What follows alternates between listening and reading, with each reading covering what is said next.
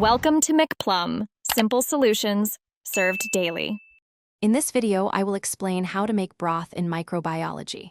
First, gather your essential materials, including dehydrated media, distilled water, and clean glassware. It is crucial to ensure all your equipment is meticulously clean and sterilized to prevent any contamination.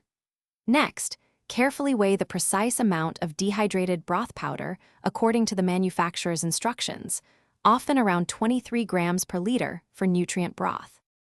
Now, add the accurately weighed broth powder to the specified volume of distilled water. For example, dissolve 23 grams in 1 liter of water.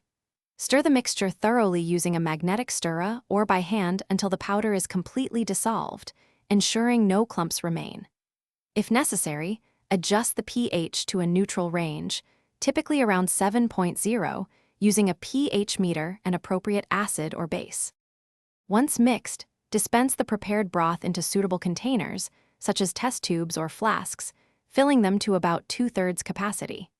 Cap the containers loosely with cotton plugs or screw caps to allow steam to escape during the sterilization process.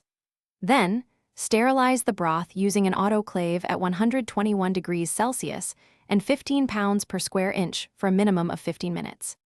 After autoclaving, allow the sterilized broth to cool completely to room temperature before handling or storage. Store the prepared broth in a cool, dark place or a refrigerator at 4 degrees Celsius to maintain its integrity for up to several weeks. Finally, perform quality control checks by incubating a small sample to ensure sterility and confirm its ability to support microbial growth.